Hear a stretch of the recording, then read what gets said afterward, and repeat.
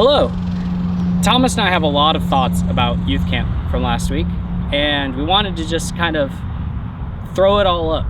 So we figured, why not kill two birds with one stone? We're going to talk about camp last week, and also while we talk about camp from last week, we're going to play disc golf. So enjoy the video. I hope it's fun. The purpose is really just to share our experience with you and just talk about what God did. So hope you enjoy it.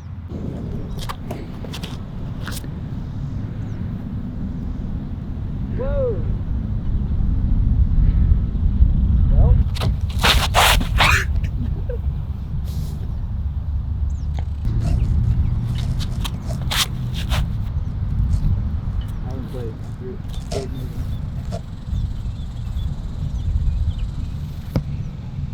Okay, Thomas, talk to me about day one of camp.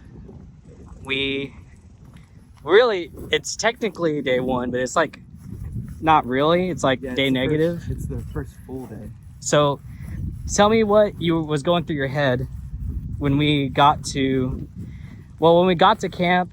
We got our meals. We were getting ready for worship time. What was going through your head? Yeah, so that first night we were there, I wasn't sure what to expect, because me personally, from my past, like from a camp I've gone to in my past, I've never really been in a church camp where we go away and we stay in a actual outside camp. So my first thought was holy crap, this place is huge. I'm never going to be able to rest or do anything. Maybe so worried about getting to the places I need to go. And so that first night of worship, I was just so concerned about having time to actually be there and be in the moment. So that's kind of what my first thoughts were.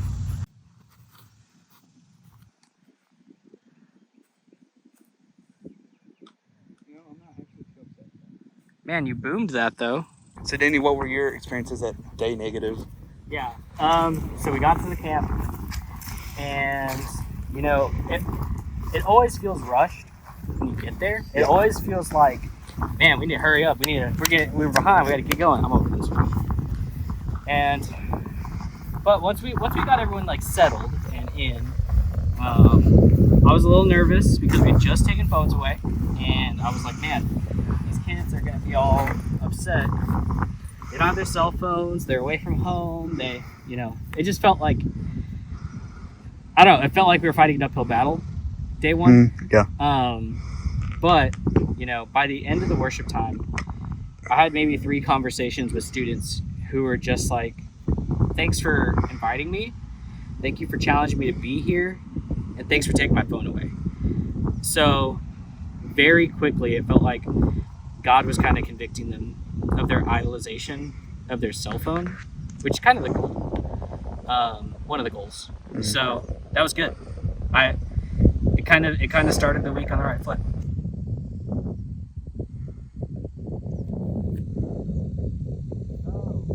Boomed it.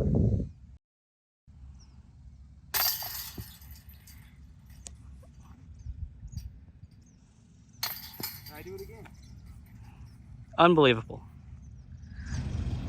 That's not a lot of logic. So day one was really short, really half day, but the first full day, which I guess they count as day one, not registration day. It was really cool. I told the kids that night before we went to bed, I told them that in the morning I would get up and do a Bible study at 6:30 in the morning. So parents, your kid is capable of waking up at 6:30 in the morning and doing a Bible study, just for reference. In years past, I've had 5 or 6 kids respond to that. This year we had 15, almost 18 kids reading their Bible at 6:30 in the morning after 5 hours of sleep. That was really cool. That was a really cool thing.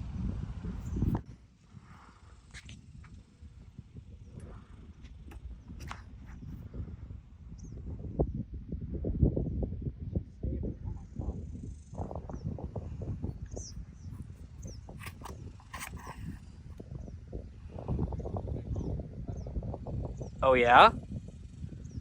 Oh, That felt so good. great shot. So Tuesday morning was really Monday morning. Oh yeah, Monday morning, not even Tuesday. Monday morning. It was, for me, it was kind of weird because it's my first year as a leader at a camp, and so I'm trying to get the flow of being a leader instead of being a student. And so I put on myself to get up a little early, join that morning Bible study that Daniel was talking about, and just be a little bit more pushy in the morning than I normally would be with students.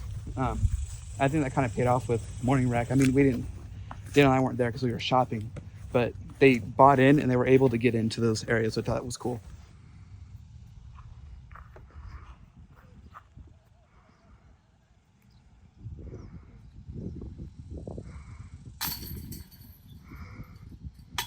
Oof.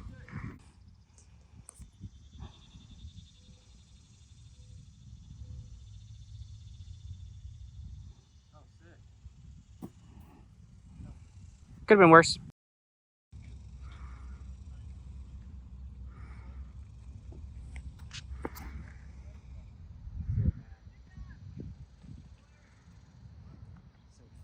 All right. I'm just gonna take an FD, backhand it down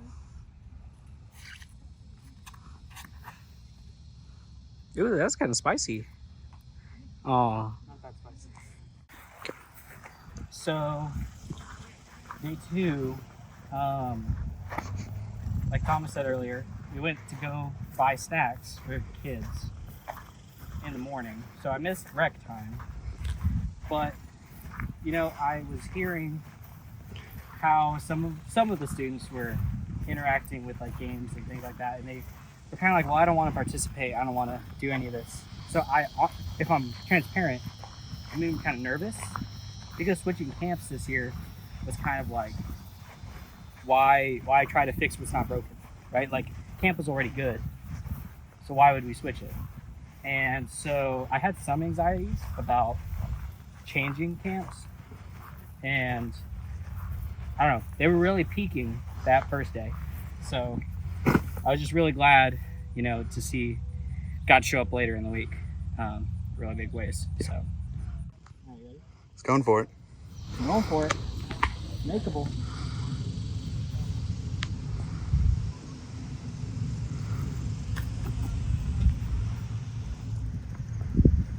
Not quite. No cigar. Not quite enough beans on that one.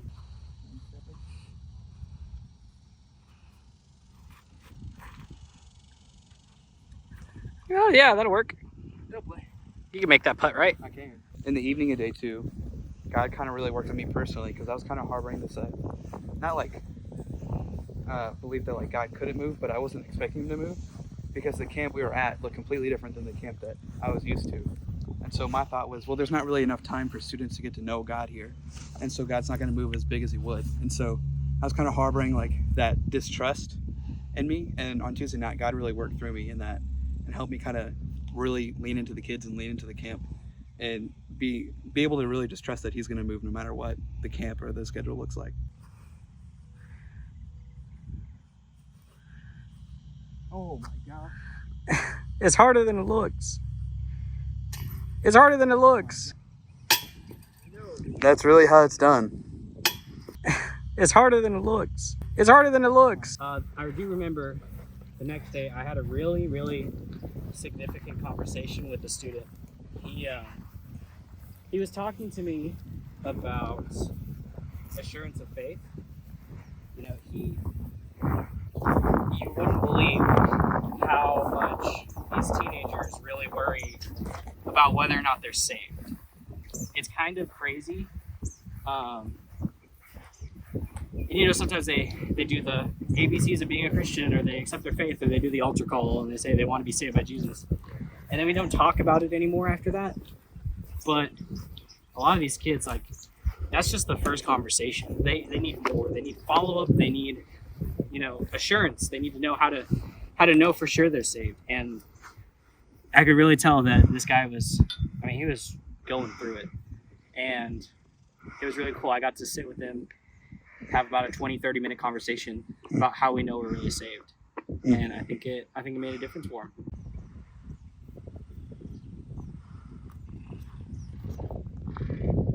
Wow. Got through.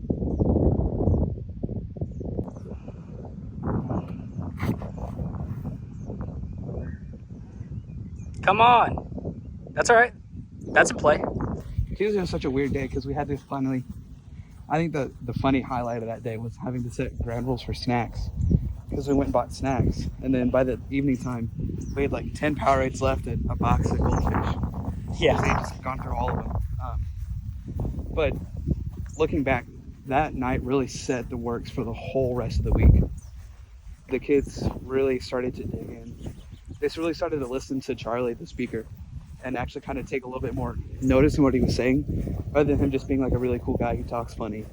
He was actually starting to really speak to him. You can kind of see that, like, especially through the rest of the week. That sermon there started the whole process of our kids growing together, or our students like wanting to pray for each other or want to include each other. So Monday, Wednesday, Tuesday really just kind of holds a special place in my heart for that, because it really started to start the feeling of the growth through the whole week. The jumper. Not enough time. That's okay. Too weak. Close. Oh my god. Nope. Not finally. There you go. So Wednesday is, I really think, when God really started to visibly move through our youth group. So Wednesday night is when we had a lot of our students like really come together and start to form that big community we've kind of been waiting for all summer. So we had some of our boys after the sermon just really resonate with what Charlie was speaking, and then the songs that the worship band was playing. Also, shout out to Jason Waller Band. Like, you guys were a legitimately great worship band that focused on worship and not just having good music, which you had good music too. But our students really dug in and like built that community. And when someone was praying and needed help prayer, all the guys went around, like, put hands on and prayed for each other. And then once they got done praying with that guy, they went to the next guy and on to the next guy. And we were there for probably like 45 minutes after everyone else had left, or pretty close to, because the room was just so full of God and we just didn't want to leave. And it was really powerful to sit there and feel everyone talking, and then just having the conversations that had after with the kids, with the confessions, and people just wanting help with their sin and not just being tired of sitting in their sin their whole lives was really, really powerful for me. Rip this beautiful mockingbird. Shout out to my sponsor, Lone Star Disc. Just pretend that I have a shirt on right here and it says Lone Star Disc. I'll Photoshop it in. Yeah, thank you. Yeah. I'm supposed to, but I didn't think ahead.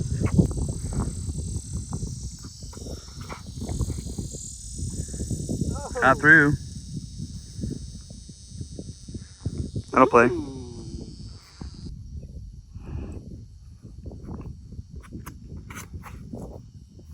Or just rip it on my. That works too.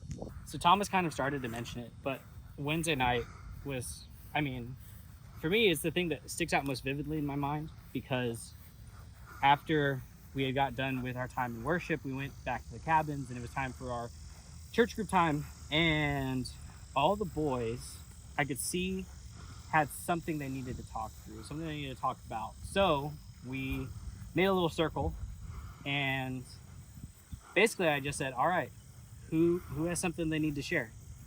And just, it was guy after guy after guy sharing sort of like their sin, their struggle, their issues. They're talking about how they didn't want to go home, and not just because they're having so much fun. They didn't want to go home because they said that if they go home, then they just dive right back into the life of sin that they were living before they left for camp. And that, I mean, for a 14-year-old boy to have that kind of like self-aware moment that's not how I was when I was 14. So hearing boys say things like, I don't want to go home because I'm scared that I'm going to dive right back into the sin I was struggling with beforehand, or hearing them say things like, I don't have a support system at home like I do here or at school, because at school my friends aren't Christian, or at home I'm an only child, so I don't have like someone my age that I can talk to or depend on. And I don't know, just hearing boys express a need for one another, that's not something that's common in this day and age. Yep. Especially for guys, dependence on one another is not something we do. We strive to be independent. So to hear these boys say, I need some help, that's powerful. All right, show me what you got. All right, I got it. You better be ready to see this growing. So ready. Oh, I was so ready. I'm not gonna leave it this time. Oh my god. I was so ready. I lied to myself. Do it. Oh, Ooh, I'm throwing. so good.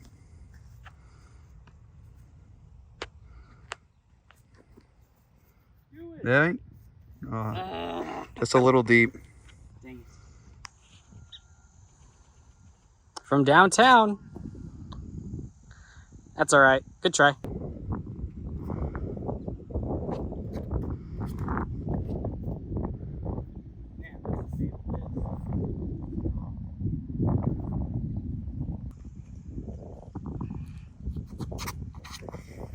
There you go. Good shot. After we had a very long conversation with all the boys, I mean, just hearing the sins and things that they were struggling with, we decided that we could start up a group, basically. A group where the guys could text each other, ask for, prayer, help, whatever they need, or get support, right? They're struggling with a temptation, or they're struggling with wrestling with something, or they don't have faith, or they just want prayer over a situation. Yeah. And they could reach out to their fellow youth group members and know that they got their back. So we kind of formed a little group where they could do that, where they could reach out to each other. And I'm optimistic about it. I think that it's something that will serve our group for a very long time and just help them learn how to depend on each other.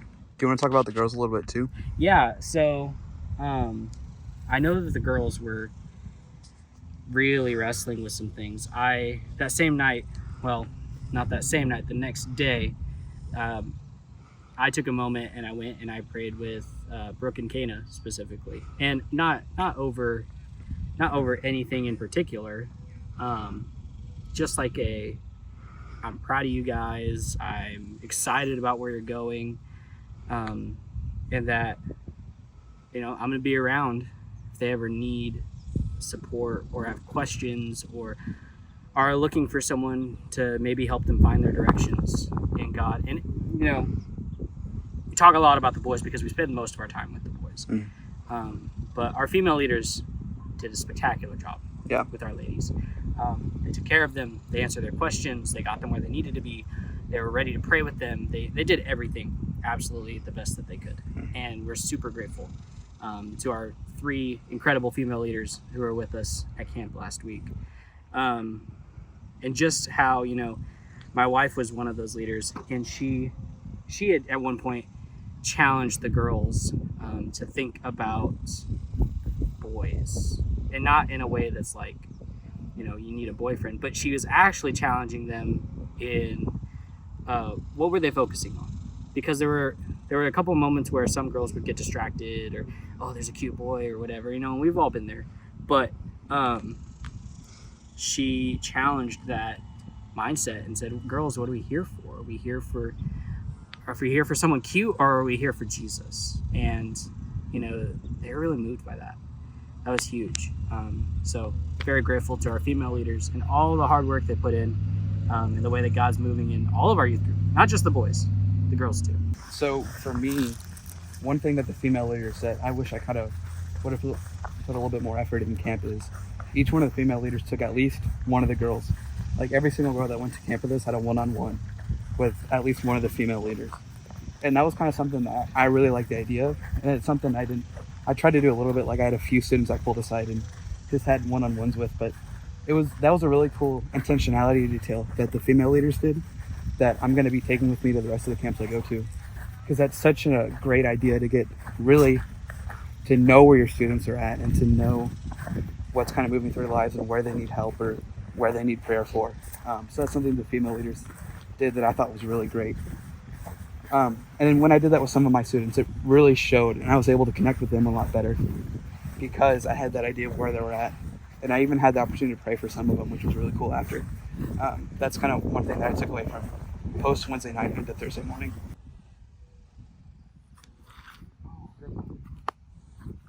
And I ripped it. Dang, you're strong, My boy. distances are off.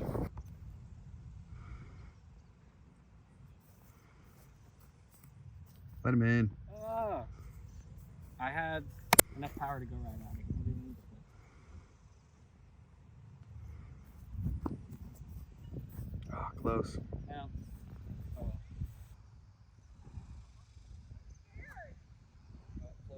Oh. Oh. They both look pretty good from this angle. Not from my angle.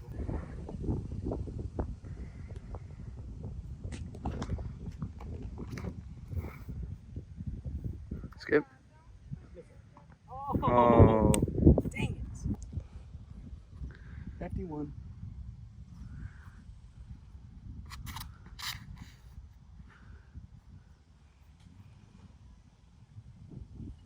I ripped that. You sure did. So Thursday night, coming off Wednesday night, all that expectation. There was so much expectation there Thursday night. And God really delivered that night. It was so cool because we had the guys go through that whole night of building a brotherhood and building a connection. And then on Thursday, they put it to use and they put it to work. And so it was really great to see them supporting each other.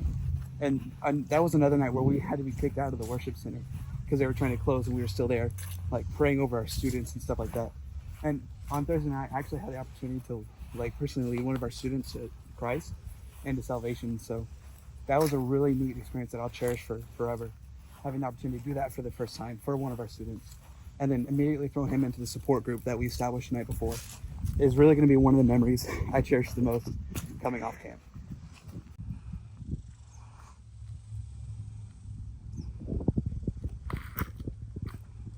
That's it. Ooh. Almost perfect. Yeah.